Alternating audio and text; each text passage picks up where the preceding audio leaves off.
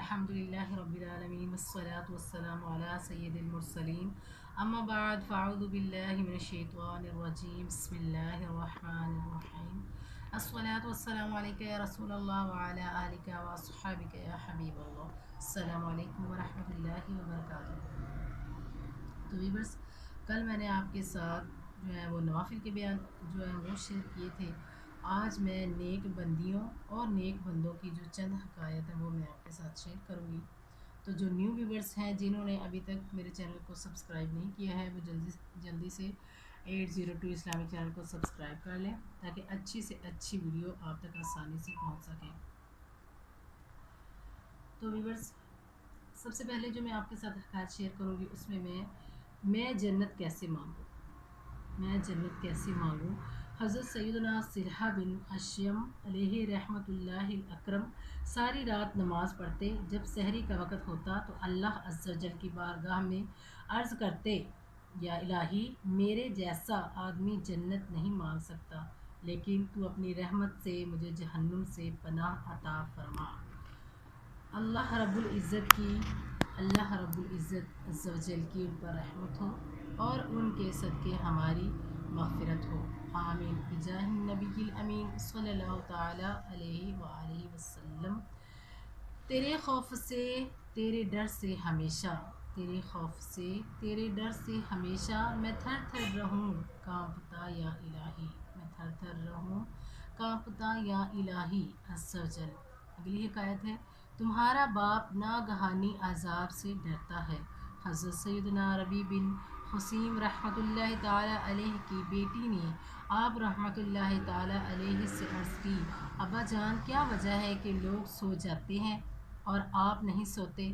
تو آپ نے ارشاد فرمایا، بیٹی، تمہارا باپ ناگہانی عذاب سے ڈرتا ہے جو اچانک رات کو آ جائے۔ اللہ رب العزت کی ان پر رحمت ہو اور ان کے صدقے ہماری مغفرت ہو، آمین بجاہ النبی الامین صلی اللہ تعالی علیہ وآلہ وسلم۔ گر تو ناراض ہوا میری ہلاکت ہوگی، ہائے میں نارے جہنم میں جلوں گا یا رب عز و جل۔ اگلی حکایت، عبادت کے لیے جاگنے کا عجیب انداز۔ حضرت سیدنا صفوان بن سلیم رحمۃ اللہ تعالی علیہ کی پنڈلیاں نماز میں زیادہ دیر کھڑے رہنے کی وجہ سے سوج گئی تھیں۔ آپ رحمۃ اللہ تعالی اس قدر کثرت سے عبادت کیا کرتے تھے کہ بالفرض آپ رحمۃ اللہ تعالی علیہ سے کہہ دیا جاتا کہ کل قیامت ہے تو بھی اپنی عبادت میں کچھ اضافہ نہ کر سکتے، یعنی ان کے پاس عبادت میں اضافہ کرنے کے لیے وقت کی گنجائش ہی نہیں تھی۔ جب سردی کا موسم آتا تو آپ رحمۃ اللہ تعالی علیہ مکان کی چھت پر سویا کرتے تاکہ سردی آپ رحمۃ اللہ تعالی علیہ کو جگائے رکھے، اور جب گرمیوں کا موسم آتا تو کمرے کے اندر آرام فرماتے تاکہ گرمی اور تکلیف کے سبب سو نہ سکیں، کیونکہ اے سی، کجا اور ان دنوں میں بجلی پنکھا وغیرہ نہیں ہوتے تھے۔ سجدہ کی حالت میں ہی آپ کا انتقال ہوا۔ آپ دعا کیا کرتے تھے کہ اے اللہ عز و جل، میں تیری ملاقات کو پسند کرتا ہوں، تو بھی میری ملاقات کو پسند فرما۔ اللہ رب العزت کی ان پر رحمت ہو اور ان کے صدقے ہماری مغفرت ہو، آمین بجاہ النبی الامین صلی اللہ تعالی علیہ وآلہ وسلم۔ عفو کر اور صدا کے لیے راضی ہو جا، گر کرم کر دے تو جنت میں رہوں گا یا رب عز و جل۔ تو کتنی پیاری یہ ملاقات ہے ویورس۔ اے کاش ہمیں بھی ایسی ملاقات نصیب ہو جائے، آمین بجاہ النبی الامین صلی اللہ تعالی علیہ وآلہ وسلم۔ روتے روتے نابینا ہو جانے والی خاتون۔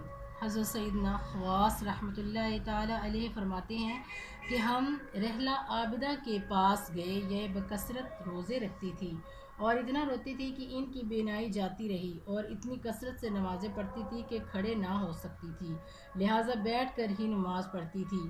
ہم نے انہیں سلام کیا، پھر اللہ عز و جل کے عفو و کرم کا تذکرہ کیا تاکہ ان پر معاملہ آسان ہو جائے۔ انہوں نے یہ بات سن کر ایک چیخ ماری اور فرمایا، میرے نفس کا حال مجھے معلوم ہے اور اس نے میرے دل کو زخمی کر دیا ہے اور جگر ٹکڑے ٹکڑے ہو گیا ہے۔ خدا کی قسم، میں چاہتی ہوں کہ کاش اللہ عز و جل نے مجھے پیدا ہی نہ کیا ہوتا اور میں کوئی قابل ذکر شے ہی نہ ہوتی۔ یہ فرما کر دوبارہ نماز میں مشغول ہو گئیں۔ اللہ رب العزت عز و جل کی ان پر رحمت ہو اور ان کے صدقے ہماری مغفرت ہو، آمین بجاہ النبی الامین صلی اللہ تعالی علیہ وآلہ وسلم۔ آہ سلب ایمان کا خوف کھائے جاتا ہے، آہ سلب ایمان کا خوف کھائے جاتا ہے، کاش میری ماں نے ہی مجھ کو جنا ہی نہ ہوتا۔ اگلی ایمان افروز جو حکایت ہے، موت کی یاد میں بھوکی رہنے والی خاتون۔ حضرت سیدنا معاذہ عدویہ رحمۃ اللہ علیہ روزانہ صبح کے وقت فرماتی، شاید یہ وہ دن ہے جس میں مجھے مرنا ہے، پھر شام تک کچھ نہ کھاتی، پھر جب رات ہوتی تو کہتی شاید یہ وہ رات ہے جس میں مجھے مرنا ہے، پھر صبح تک نماز پڑھتی رہتی۔ اللہ رب العزت عز و جل کی ان پر رحمت ہو اور ان کے صدقے ہماری مغفرت ہو، آمین بجاہ النبی الامین صلی اللہ تعالی علیہ وآلہ وسلم۔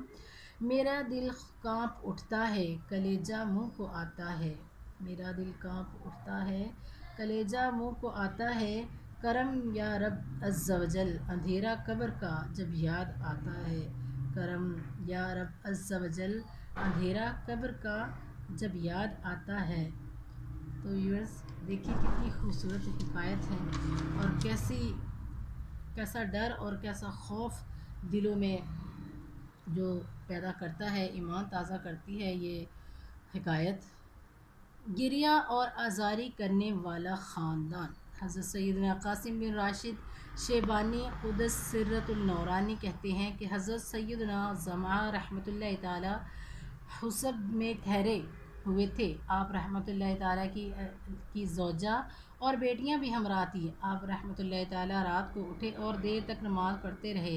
جب سحری کا وقت ہوا تو بلند آواز سے پکارنے لگے، اے رات میں پڑاؤ کرنے والے قافلے کے مسافروں، کیا ساری رات سوتے رہو گے؟ کیا اٹھ کر سفر نہیں کرو گے؟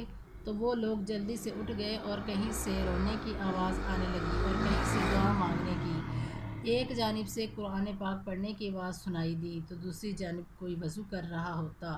پھر جب صبح ہوئی تو آپ رحمۃ اللہ تعالیٰ علیہ نے بلند آواز سے پکارا، لوگ صبح کے وقت چلنے کو اچھا سمجھتے ہیں۔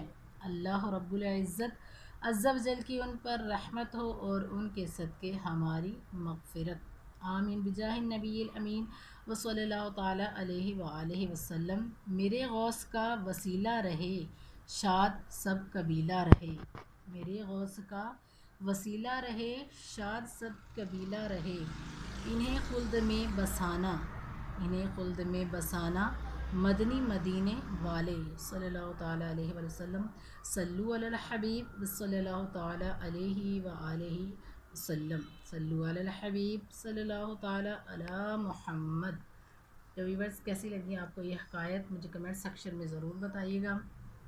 اگر آپ کو ویڈیو اچھی لگی ہے تو بھی اپنی رائے ضرور دیجیے گا اور اپنی دعاؤں میں اپنی میزبان کو بہت یاد رکھیے گا۔ نیکسٹ ویڈیو تک کے لیے آپ سے اجازت چاہتی ہوں، اپنی دعاؤں میں یاد رکھیے گا۔ السلام علیکم ورحمۃ اللہ وبرکاتہ۔